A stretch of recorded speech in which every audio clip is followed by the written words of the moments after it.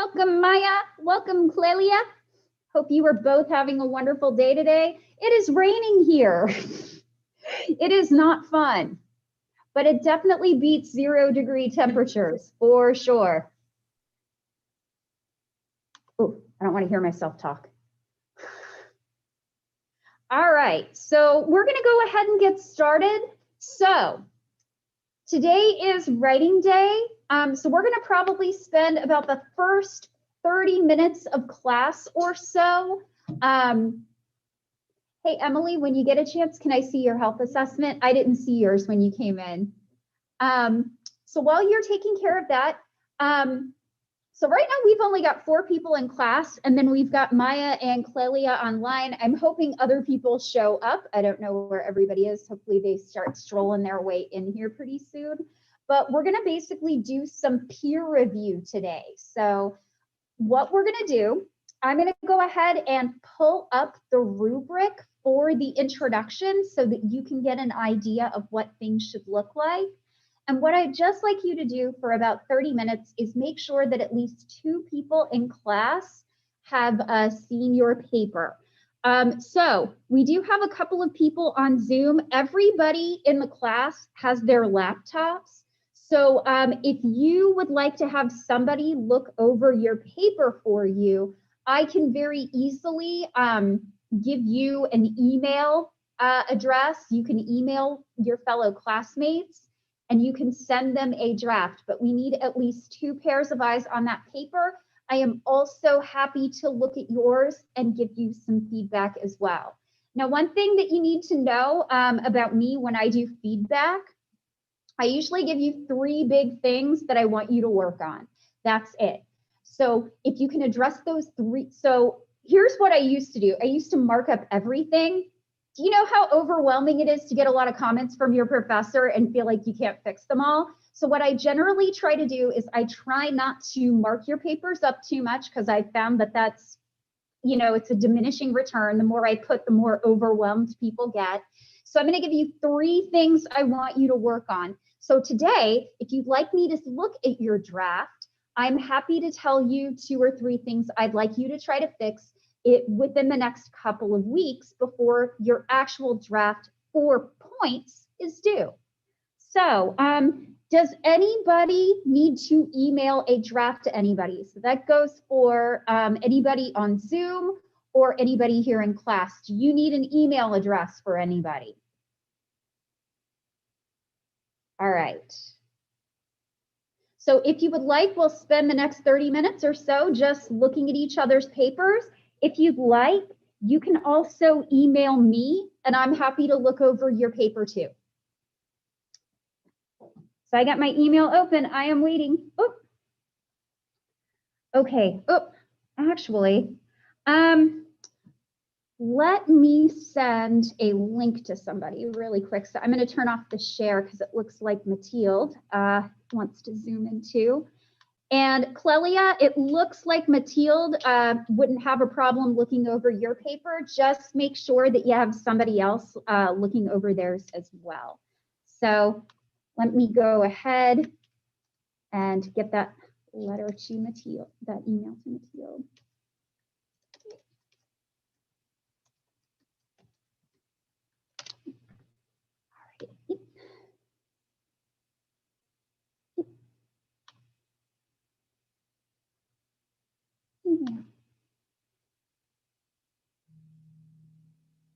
Somebody's buzzing. Okay. Do I need to send Zoom links to people? Yeah, let me go ahead. I'm gonna send a Zoom link to anybody that's not here.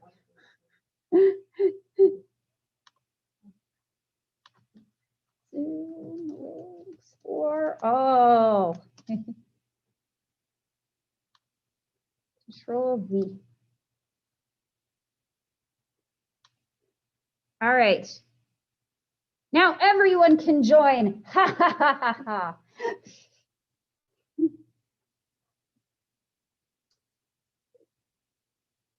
All right. Cassie, I just got a copy of yours, so I'll go ahead and take a look at it. You are very welcome. So here's the deal. I'm not going to do like a thorough thing. I'm just going to let you know for look for patterns. Okay. Yeah, Emily. Yeah, that's fine. That's fine. Hey, I just sent you a Zoom link in case you couldn't make it. No. Oh, that's a good friend. Look at that. That's so great. That's happened to me so many times. I had to email Dr. Teets because I forgot my card. I was like, Doctor, like, I can't get in the building. I was like hustling. I'm like, oh gosh, nobody's gonna know where I was. Yes, thank you. Much appreciated.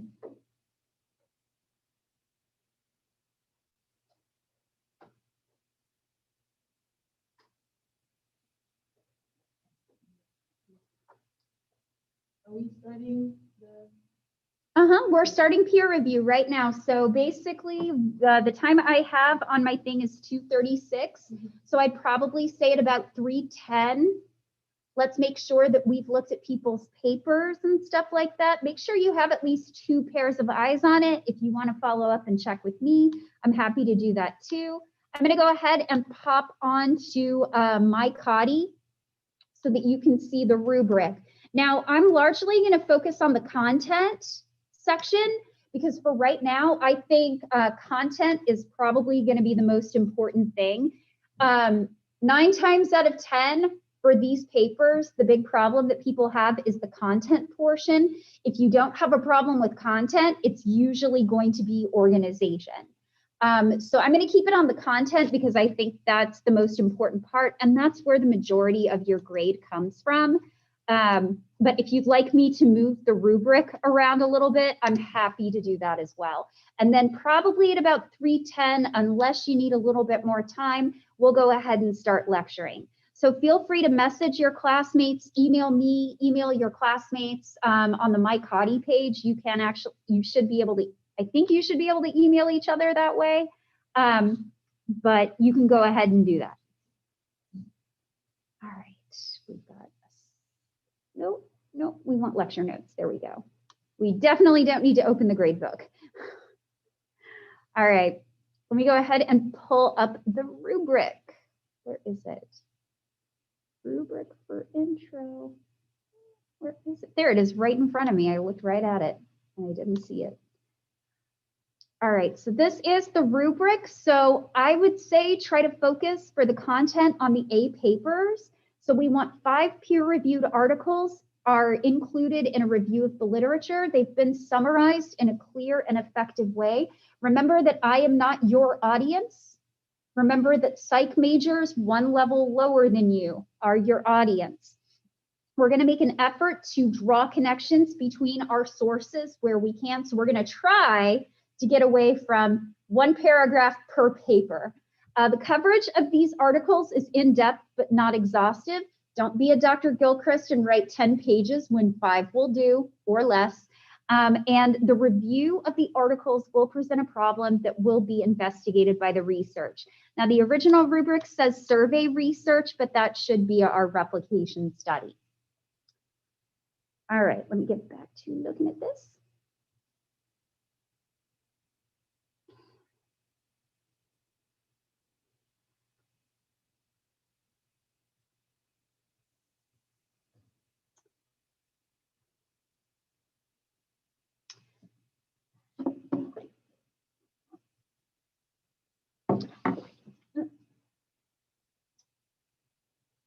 Okay, so I'm going to try to be socially distant. Sorry, you want the feedback right now? Okay. So in general, I thought that this was a really good start. So this is 1 long paragraph. Yeah. It's okay. So the basic idea that we want to try to get about, and this is something that I struggle to learn too.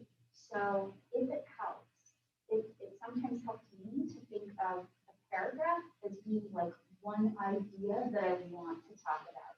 So each paragraph for each idea that you have.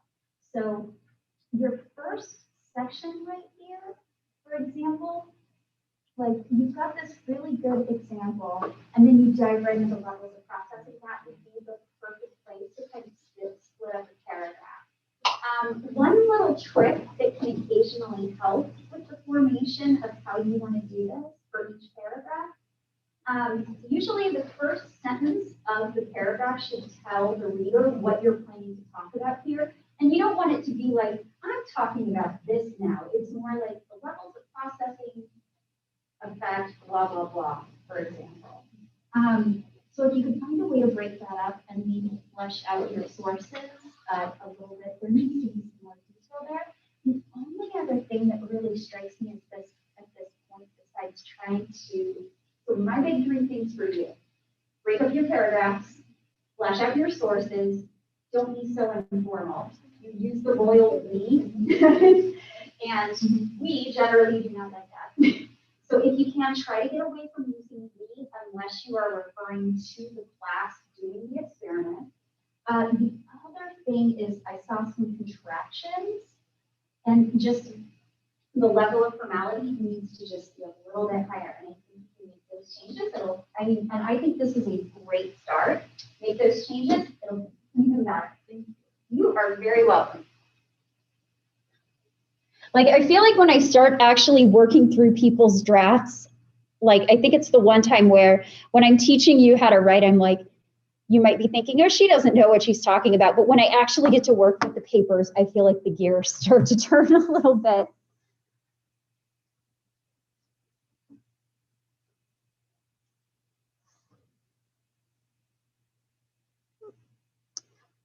Thanks, Emily. I will work on this. I just overheard one of your comments about the we. Yeah, don't you? Okay, so here's the deal. I know it is so tempting, but as much as possible, do not use first person. So should I use you instead of me? Actually, okay. That's tricky because I don't like using second person either. Like, let me take a look. Okay. See, I feel like every time that you're talking about we, you could mention a person, for example. So is it okay if I read this sentence out loud? Okay. So recalling information from our memory can be hard sometimes. You could get rid of the R and it would still have the same message. For example, we may struggle on remembering what we had for breakfast, but then discuss a meal we ate weeks ago. So you could say a person could forget what they had for breakfast. So try to keep it a little bit more formal. The only time that you should ever, so first of all, don't ever use second person. If you can possibly avoid it, don't use you. For first person, use it sparingly and only use it when it counts. The only time that I'm hoping that you ever use I or we is if you are specifically talking about us in our experiment, not some hypothetical example. So for example, we wished to replicate the levels of processing effect. That is like the only time that you should ever have the royal we. And here's the thing, do I fully understand why these things are the way they are? No, but apparently somebody said that this is what formal writing entails, so we have to do it.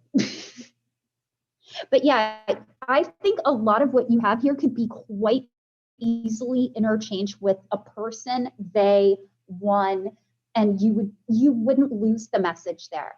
Mm-hmm. Okay. Let me take a look. All right. Okay, so we're not doing an essay. So this is not an essay. And I feel like you start out really strong with the first couple of sentences. You talk about something that people can relate to, but it kind of, So you start kind of shifting into the more theoretical aspects. And again, that's probably a really good place to start a new paragraph. So one of the things that's kind of tricky is figuring out where one paragraph ends and one paragraph begins. One of the things that can be really useful when you're working on a paper is kind of coming up with an outline. So sometimes what I like to do if I want to, because you are in effect planning a story. This is the story that you want to tell about your paper. And even though it's a research paper and not very fun to write, it's still a story. You still have to construct some sort of narrative. Something that kind of helps me is sometimes I make an outline of this paragraph, I'm going to talk specifically about this. So maybe in the opening, I'm like, this paragraph, I'm going to talk about memory. This paragraph, I am going to specifically talk about how memory changes with age. This paragraph, I'm going to look at how how other researchers have found that memory changes with age. And I keep those in separate paragraphs. So the idea is that each paragraph should have its own little idea unit. And you don't want those idea units kind of mixing together. Now, the simplest thing that most students do is they go, okay, this paper said this paper, in the new paragraph, this paper said this, and then this paper said this, and that's fine. But I want you to try to make connections between your sources, because a lot of your sources might be saying the same thing.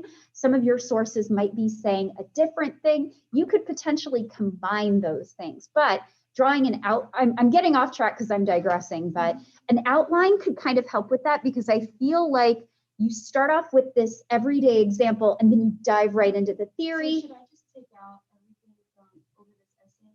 Like, should I just take that out? Or should I like pin it for later or something? I feel like, I think that when I look at this, I don't mind just to so I'm going to be honest with you, it's a little vague, and I don't fully understand what you're trying to tell me. It needs to be a lot clearer. I feel like if you were going to put something like that there, it needs to be at the end of your intro, not at the beginning. And then your last sentence, which is indicating a new paragraph, there have been studies conducted to test this theory. Oh, yeah, it's not much of an opener. You could say something like, it's been well documented that the more deeply we process something, the better our memory for it is. One other thing that I will mention is you talk about levels of processing, but you don't cite sources. Yeah, that's not your idea. You didn't come up with it. Give the people credit. If it's not common knowledge, cite it. But other than that, that's a pretty good start. And I do like how you start with an example that's trying to be relatable. Yeah. So for like this whole thing, Uh-huh. so we have our introduction. Right. And now we're gonna move into a couple body paragraphs. So would it kind of help if I had y'all talk about a page limit? I don't actually have a page limit, but I'm kind of expecting your intro to be between 2 and 3 pages. Okay. 2 and 3, like I want you to go in more depth where you can. The next thing that we're going to do once we're done with our intro, we're going to move into the next section of the paper where we're going to basically write out our methodology. And that's the only thing that we're doing this semester. We'll do the rest of it next semester before I go on sabbatical. So this rough draft is just like 2 or 3 pages of an introduction. No, this rough draft can be the final product. So when you turn this in December, I will expect the intro to be about 2 or 3 pages. Do I expect that on your next draft? No, I would like it longer than a paragraph though. So what I want to see over time is not necessarily, so the final product, the intro should be 2 to 3 pages, but I want to see it getting consistently longer from draft to draft, even if I don't have a page specification. Don't make it harder for yourself than it needs to be. Like, don't psych yourself out, because for a minute there, I was worried you were psyching yourself out. Like in 2 weeks, you need 2 to 3 pages. That would be nice, but that's also a lot to expect. Does that help? Yeah. Okay, deep breaths. I just want you doing a little bit better than you did the last time. That's all I'm looking for.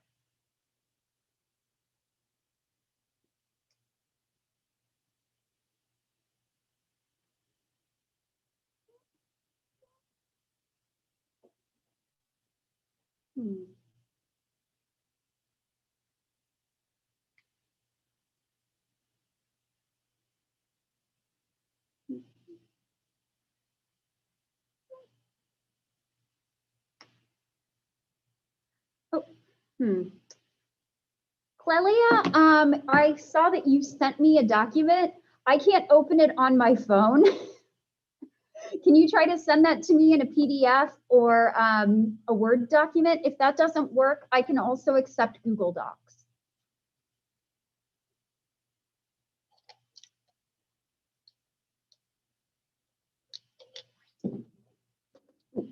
I got something in the chat.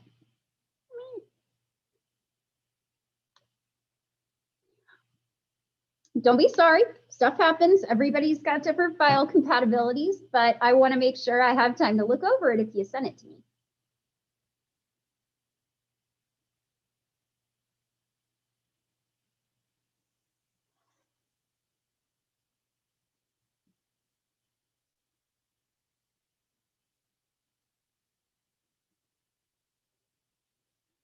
Yeah, I was worried nobody was coming and everybody wanted to Zoom in, so I sent everybody a Zoom link.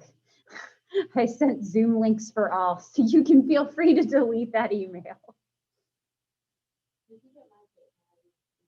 Huh? I have not yet.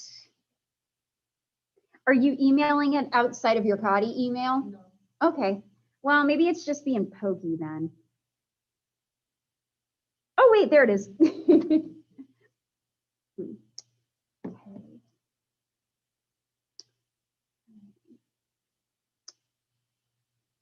All right, so you've already heard my stuff about the royal we. All right, let me take a look.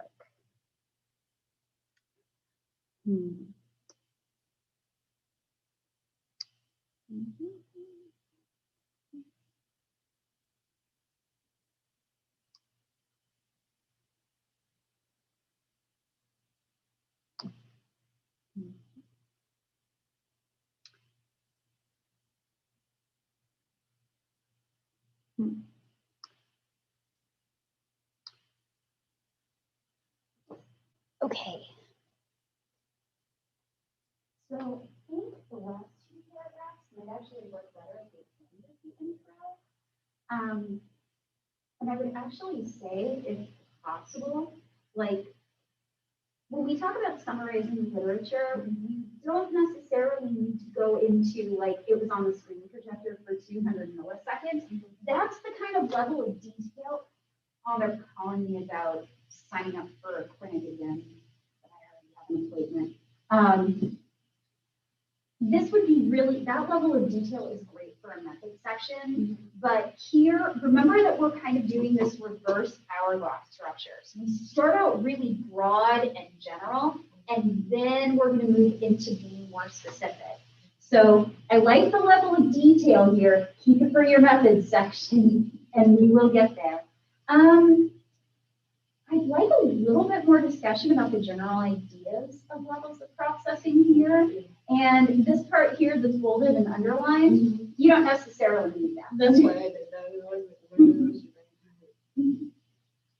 So I see that you do have Craig and Lockhart and you have Craig and Tolkien. So make sure that you're integrating at least your 3 other sources. If you're having trouble figuring out how to integrate them, it's a good idea to come and talk to me, and we'll figure out a way to kind of make them fit together if they do fit together.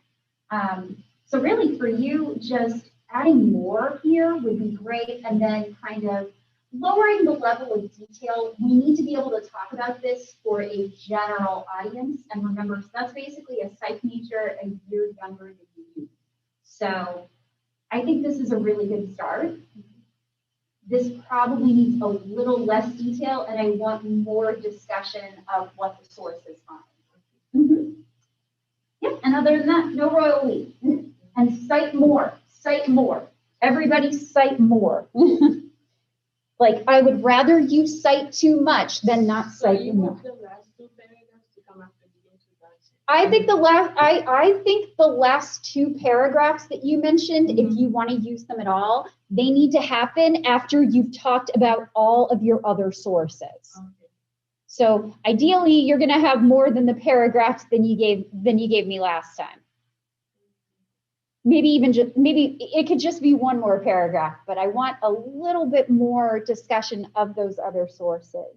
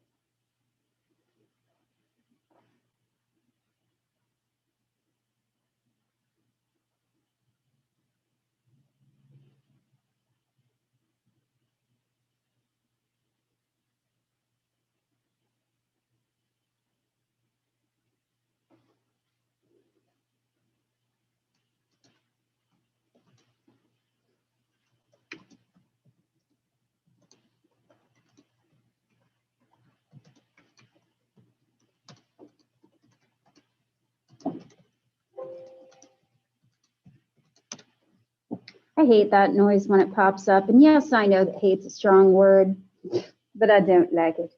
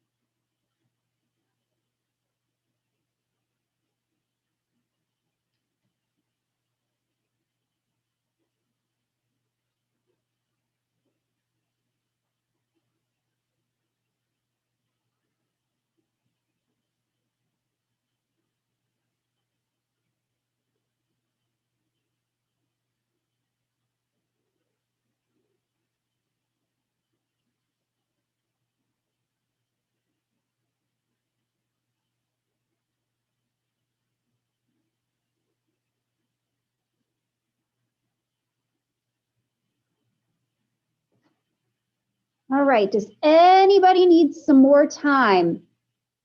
Okay, has everybody had at least 2 pairs of eyes looking at their paper and giving feedback? Okay, great.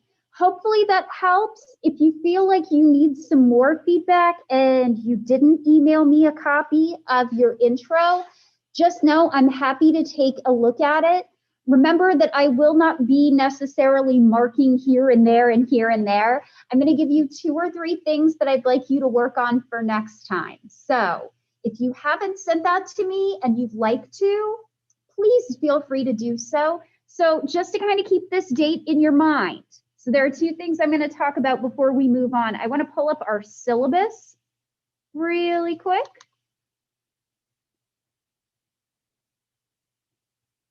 So first of all, tomorrow, here's what I'd like you to do. Do tomorrow. Can you please email me or please upload what you plan to do to improve your next introduction draft? Does that sound pretty good? Okay. So here are a couple of other dates and deadlines just to kind of keep in mind. Just a reminder, we do not have class on Tuesday, and Dr. Gilchrist signed up for another appointment for a shot. So if she can't get that one, at least she's got the one on the 23rd, getting my bases covered here. But we have no class on Tuesday. What I'd like you to do the following Tuesday on March 23rd, I think you're going to enjoy this. I'd like you to find the results of an opinion poll of your choice. Print out the results, and we will talk about those in class on the 23rd. So make sure that you have those ready, okay? Now, one other date to pay attention to. Your next draft is due in 2 weeks. It's 50 points. So try to make some changes if you can, and please include the draft that you worked on today. For you to receive a good grade on this paper, and by a good grade, I mean above passing, so C and up, make sure that you've actually made some substantial changes to that intro, not just cosmetic little changes, okay? So here's the thing. It doesn't have to be perfect. It doesn't have to be A level. I just want to see a little bit more improvement each time. If you do that, you'll be good. Okay, so we are going to move on, but before we do, y'all, it's Thursday. Y'all look so sad. Let's stand up for a minute and shake our sillies out. Why am I the only one doing it? Okay, well, you didn't have to shake like I shaked, but I appreciate your enthusiasm. Okay, now I feel like you're just making fun of me. But I know that if you are making fun of me, you're doing so in a way that is done with love, not with other things. It's okay. I have no shame, and I'm silly, and y'all missed it. I was waiting for this classroom to be open, so I grabbed my soda and I put it next to me, and I sat down and realized that I was on the edge of that bench, and then promptly fell on my butt on the floor. And our new IT person saw me and she goes, "Are you okay?" I'm like, that actually woke me up a little bit. It's fun to laugh at yourself. And if you can't laugh at yourself, well, because you're going to do silly things sometimes. So you got to laugh at yourself. I do. All right. So now that we are done with that, we have about 30 minutes left to talk about surveys and observational research. Yay. I like surveys. I like reading surveys. All right. Let me go ahead and duplicate. There we go. Okay. So the last time we were here, we were talking about different types of sampling methods. And we kind of ended class talking about non-probability sampling, like convenience sampling and quota sampling and self-selected sampling. So this is when participants basically select themselves to be part of a sample. Now, I love doing research here at CAUTI, But one of the tricky things about doing research here at CADI is that we have a very limited student body. Also, because our student body is so small, we can't have an experiment pool, a pool of people who are happy to be participating in experiments, and that changes from semester to semester. Now, if you're at a bigger university, that pool is constantly changing. And y'all, when I was in graduate school, that pool was about 1,500 students. Imagine 1,500 students every semester, and you get a whole new crop of 1,500 each semester, and they all have to sign up for your experiments. It's pretty great, but we can't do that here. So I often find that a lot of the sampling methods that we do are non-probability sampling because under certain circumstances, the situation demands it. However, I would be remiss if I didn't talk about the fact that sometimes non-probability sampling is the only option that you have. So one of the things that we can do is what is referred to as purposive sampling. This is sampling based on a particular goal or a particular purpose. So sometimes it's okay to not have random sampling because there are some things that are present in the population that are not random. So for example, y'all remember the weird neurological thing that I showed you that I had a couple of weeks ago? Now you realize that very few people actually have something like that. So if I wanted to look at other people like myself that have this condition, I'm probably not going to find it through a random sample. I am going to have to specifically select people with a condition like mine. They are very small. And if I do that through random sampling, I'm not going to find them. I have to specifically pick them. So we could do what is referred to as expert sampling. So somebody with a condition like mine is basically, for lack of a better term, an expert on this because they're living it. So that could be expert sampling. Maybe we want to research math professors. Now, if we get a random sample, we're not going to get math professors. If we do a random sample, they're a very small subset of people. So we are going to have to engage in purposive sampling if we want to survey a bunch of math professors. Now, something else that we can do, and I actually like this method a lot, is referred to as snowball sampling. So is there anybody here who is interested in doing work with older adults or looking at aging in any sort of way? So one of the things I know that I was told when I was applying to graduate school, and I was technically a part of a developmental lab and also a cognitive aging lab, and I was told aging's a great thing to look into because guess what? Population's getting older. The baby boomers are a very large generation and they're getting older and we need to study them. But here's the thing. So I spent a lot of time in graduate school doing research on older adults. And by the way, older adults, basically people over 65. So basically 65, 70 years old. And remember, we keep our language bias-free. We do not call them the elderly. We do not call them old people. They're older adults. So here's the thing though. So we were looking at older adults and we wanted to see how their memory worked, how their attention worked, and things like that. So here's a problem with aging. The older that you get, the greater the likelihood that you're going to have something happen to you that basically could compound upon the effects of normal aging. So we had to have the healthiest of the healthy older adults. These older adults could not have heart problems.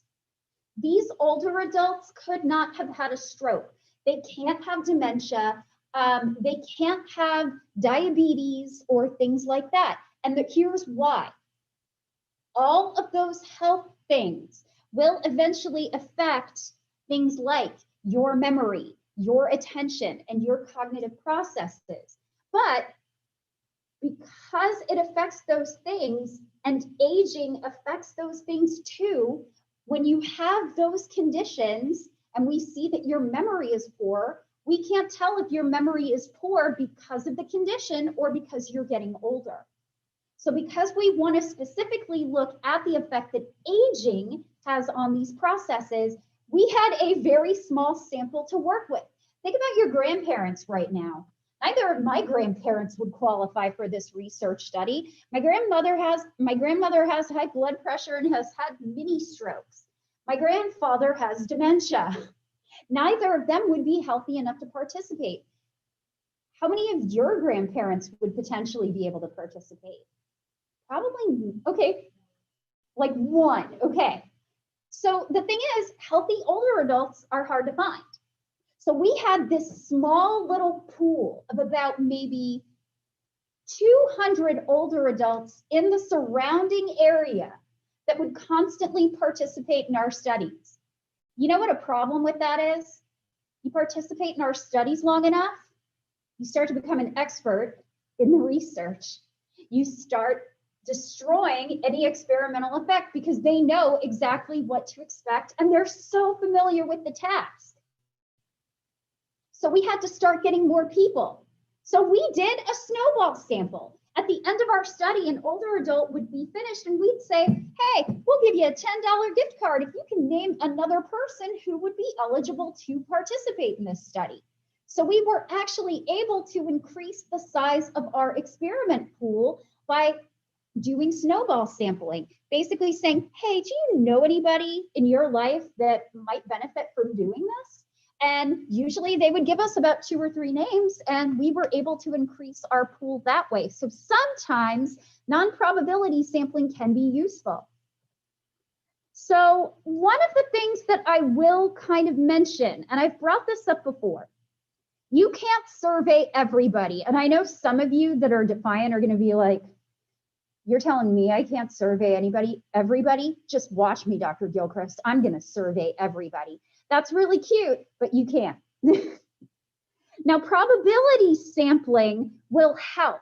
The closer that you make your sample, the more representative your sample is to the population at large, the better off your survey results are going to be. And the more you can say, hey, this is what the population thinks. But because you can't survey everybody, there is always going to be an element of uncertainty. This is what is referred to as a margin of error or a margin of sampling error. So if you've ever seen a report of a poll that basically has plus or minus 2% margin of error, this is what they're talking about. So here, I actually pulled this up from 2008. I'm going to close out of this really quick and see if I can blow that picture up a little bit. And by blow it up, I mean make it bigger, not explode it. Much better. Let's make it just a little bit bigger. So oftentimes you will tend to hear about margin of error when we're talking about political polls. So yeah, that's much easier to see now.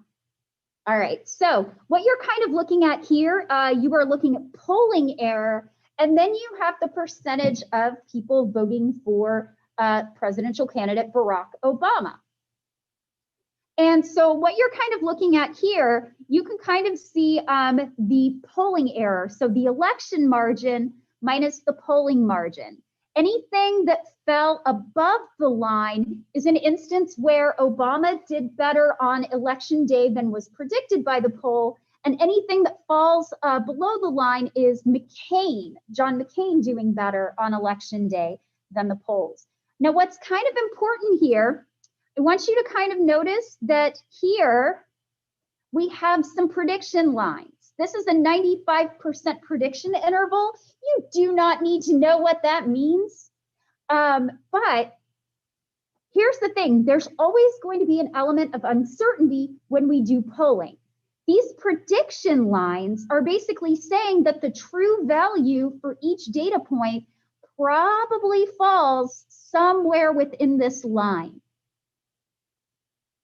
like these two lines. This actual true value, the true values, the data points will probably fall somewhere within this range. Now, if you're wanting to learn more about margin of error, and especially if you are interested in learning about how to calculate it, oh, don't worry. That's what next semester's for. You're going to get to calculate a margin of error by hand. And hopefully you won't hate me by the time we're done with it. But we'll get there. But right now we're not doing a lot of numerical stuff. Now here's a really important concept when we're talking about surveys and polls. Sampling variability. These are random changes in the characteristic of my sample. So I go out and survey people and I say, how many of you own a dog? And I find that about 52% of my sample owns a dog. So I go out and I get a brand new sample and I run my survey again. Am I guaranteed to get the same 52% in dog ownership this time? No, I won't come to 52%. I am not guaranteed that. So because there's variability in my sample, every sample is going to be a little bit different from the sample that I took before. We now have the creation of something called sampling error.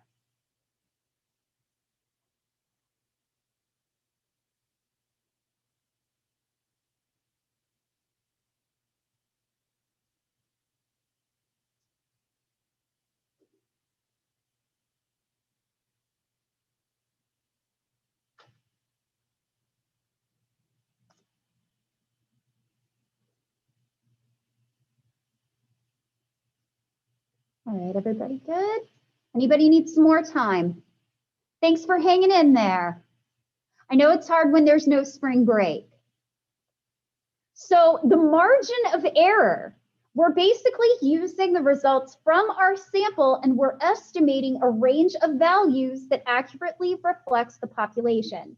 Another way of thinking of your margin of error is your margin of sampling error. So really quick, I'm going to turn off stop share for a second, but I will bring it back.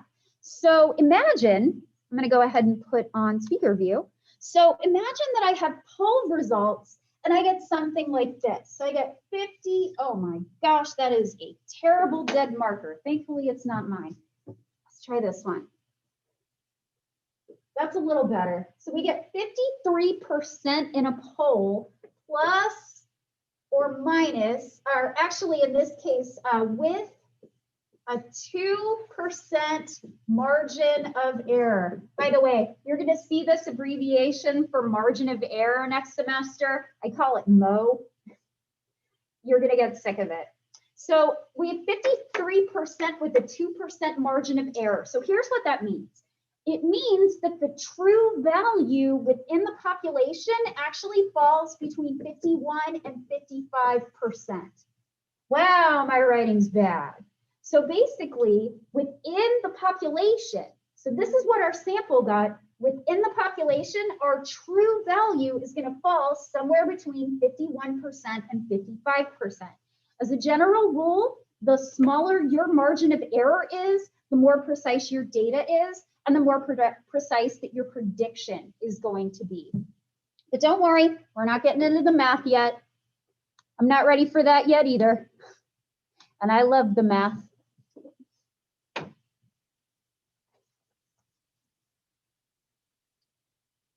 But I also understand that other people do not love the math.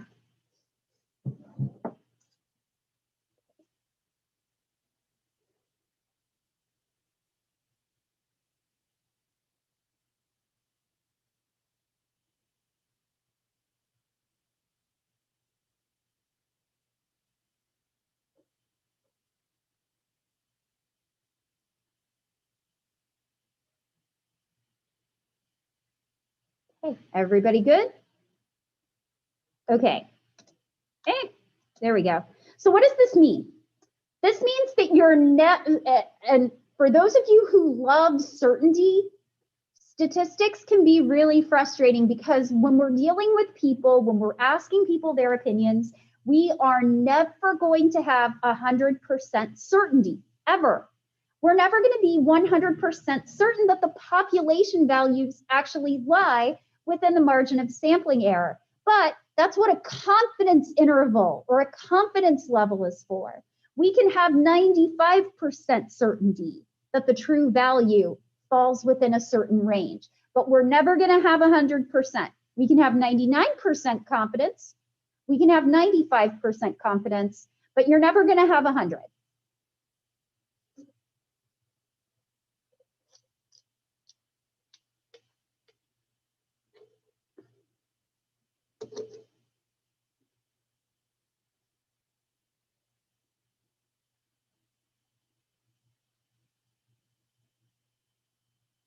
Okay, everybody good? All right. So what this means is that sample size matters. If you want to increase the margin of error, if you want to that is not correct. If you want to decrease the margin of error and increase your confidence level, you need to increase the sample size. Sometimes I don't know why I do that. So if you want to make that margin of error smaller, if you want to make your confidence level bigger, you need to increase the sample size. Now, if you're looking at groups within a population, the margin of error depends on the group size, not the total sample. So in general, getting more people is always better. So I'm going to probably share this joke quite a bit. This joke pops up in your statistics textbook that we use next semester. What do we want for Christmas? We want big N. So N usually refers to the number of people that you have in your sample. And generally, the bigger your sample, the better off your data is. So it's a pretty well-known fact. So if you want to cut your margin of error in half, which would make it more precise, you actually have to increase your sample size by a factor of 4 to cut your margin of error in half. So if you have a sample size of 20 people and you want to cut your margin of error in half, you're going to need to add about 80 more people to your sample to get your margin of error cut in half. So in general, always pick a bigger sample size. Dr. Gilchrist once had to review an article where the group size was 6. And I kept telling them, this is not good. You should not just have data from 6 people. That's a bad study. And they didn't listen to me. And finally, I was like, clearly nobody else cares about this, so I'm just going to go along with it. And I very much regret that decision. If you come to me with an idea for a study and you tell me that you're only collecting data from 6 people and you're not collecting 1,000 trials per person for those 6 people, Dr. Gilchrist will not laugh at you, but she will make you she may make you reconsider. Definitely make sure you've got more than 6 people for your sample, please. Okay, so now let's talk about how to build a survey. Now, your book doesn't really talk about this as much, but if you are interested in making sure that your participants are responding honestly, and you want to make sure that if you're bringing in any sensitive topics, building your survey is so important. Phrasing your questions the right way is so important. So how do we start? First of all, you need to think about what your goals are. So what is the goal of this survey? Is it to learn about what people want? Is it to learn about different characteristics of a group of people? Is it to test a theory or an idea that you have? Are you trying to test a correlational relationship? Are there more specific topics that you want to learn about? So think very deeply about why you want to look at this, why you want to do this particular survey. Then you need to identify variables of interest in each topic. So for example, let's say that you're interested in Zoom fatigue. Who else here has Zoom fatigue? Dr. Gilchrist also has Zoom fatigue. Not that I don't love y'all zooming in, I do, but I'm an extrovert and Zoom feels weird. I get none of the benefits of the social interaction that Zoom brings. It's like when there are people in front of me physically and I can teach, I'm like, ah! It just doesn't feel the same on Zoom, but I appreciate every single one of you, whether you are Zooming in on or not. But it definitely doesn't feel the same. So maybe you want to look at Zoom fatigue. So there's been a lot of talk, for example, of how Zoom fatigue might affect somebody who's introverted versus somebody who's extroverted, like myself. So in addition to looking at Zoom fatigue, you might also include, are you introverted? Are you extroverted? Do you have issues with eye contact? Like the eye contact thing is really hard for me. Zoom is hard for me because of that. So we have these other variables of interest that we want to look at. And then you need to think about your limitations. How much time do you have to collect this data? What is your sample size? How are you planning on getting this data from people? Are you going to do an online survey? Are you going to be mailing people? Are you going to be calling people on the phone? Are you going to be approaching people and coming up to them with a clipboard? So you have to think about all of these things. So then develop your questions, and then you need to decide on your order. So here's kind of a general rule. If you have a lot of sensitive questions, don't put them in the beginning of your survey. You need to earn some trust from your participant before you start hitting them with the heavy questions. Now, this is just me personally. I know that other researchers would recommend otherwise. I generally do not like having open-ended questions at the end of a survey. So I'll take a survey and I'll fill in boxes, and then I get these big free-form boxes where I get to say whatever I want at the end. And I'm so bored and tired from taking the survey, I'm like, I'm gonna leave those blank because I'm tired.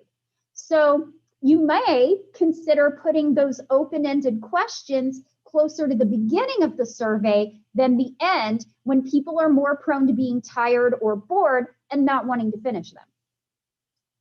One other thing that I would mention is that if you're going to start with getting open-ended questions, getting what people really think about something can be useful. But if you want quick responses, sometimes having a limited set of options to choose from, like a forced choice question, can be useful too.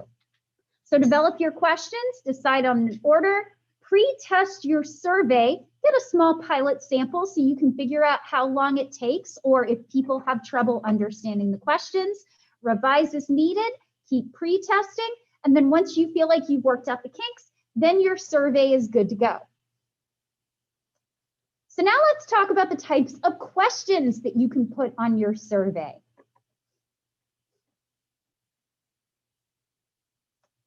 So we have a variety of different types of questions that we can do. So we have our open-ended questions. So an open-ended question would be, what do you think of this class? So you could pretty much say whatever you wanted. So it's open-ended. You can make the response as long or as short as you need.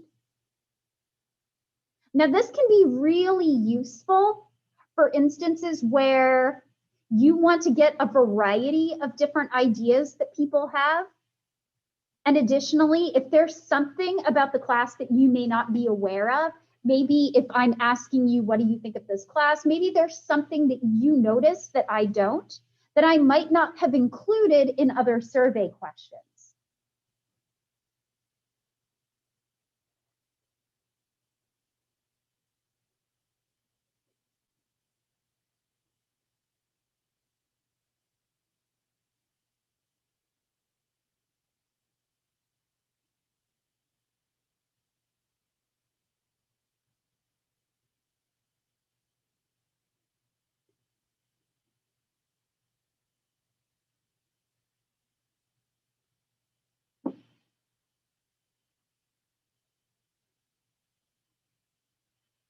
Now, the next kind of question that we can do is a forced choice format. Do you like this class so far? Yes or no? Now, can anybody kind of see the pros of having a forced choice format? So what would be good about a forced choice format? What's a good thing about a forced choice question? It's fast. You have to pick something. And for those of us like me who like to be like, well, I can see both sides. Well, it's literally in the name. It's forcing you to pick something. You have to pick something. Any other pros? So it's fast, it's easy to score, it forces fence sitters to pick something. Any other positives about this kind of question format? Are there some negatives about this question format? Like what?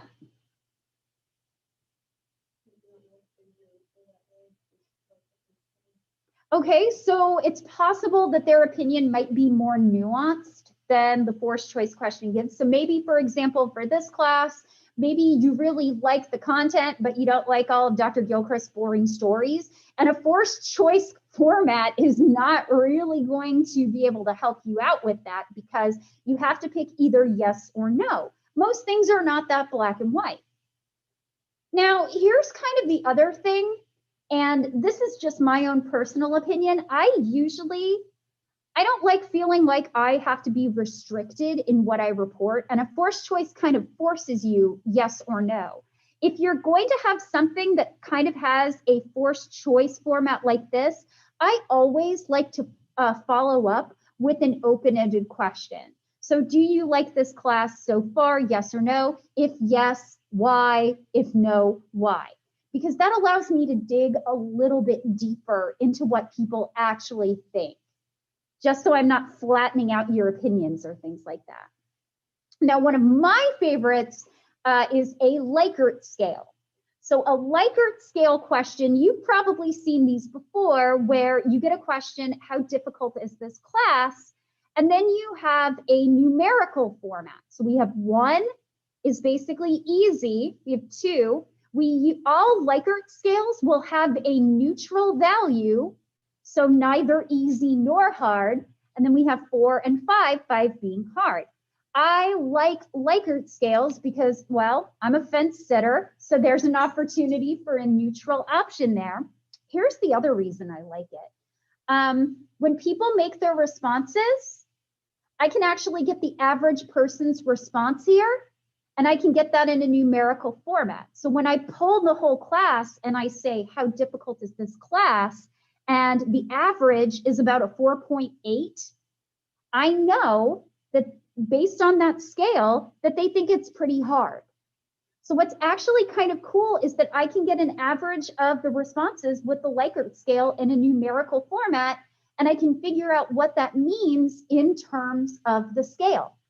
A lot of our course evaluations are done on a Likert scale. Something that's kind of related to a Likert scale is semantic differential format. So instead of easy and hard, we have, for example, 1 is the easiest class I've ever taken. I don't even show up and I get an A. So we associate those numerical values with kind of a very easy, meaningful explanation for those numbers. So 1 is, I never had to show up for the class and get an A, and I still got an A. And then a 5 is the hardest class I've ever had. So it's basically like a Likert scale, but we've kind of changed our scaling values into a metric that people can very easily understand. So these are just a variety of different questions. Now here's what's important. The type of question that you ask matters. And here's what's really important with surveys, and we'll talk about this more next time. We are asking for your opinion. It is not my job to tell you what your opinion should be. So when I'm surveying you, I want Emily's opinion. I want Maya's opinion. I want Julia's opinion. I don't want to tell you what your opinion is. I want to know what your opinion is. And so the type of question that you ask matters. You do not want to ask people leading questions. Do you agree with voter ID laws that will prevent eligible voters from casting their vote? So here's the thing. A leading question is a question that basically tells you what the answer you should pick is. So here, the phrasing here is basically saying you're preventing eligible voters from casting their vote. You're telling somebody what answer they should pick. They should pick no based on the way that this is phrased. Now, here's the thing. Whether or not you agree with voter ID laws is irrelevant here. You're not giving, in this case, you're giving them your opinion. You need to ask for theirs. So you should say, do you agree with voter ID laws, and leave it at that. Take out the rest, because here you're basically saying, I think this is bad and you should too. Please respond that way. That's a bad question. So we'll talk a little bit more about these phrasings next time. Try to see if you can find some really interesting opinion polls. And folks, these slanted leading questions are everywhere. So take a look and see if you find any. This should be fun and it should spark your curiosity a little bit. Have a great weekend. Remember that we don't have class on Tuesday, and I will see you next time. Bye, everybody.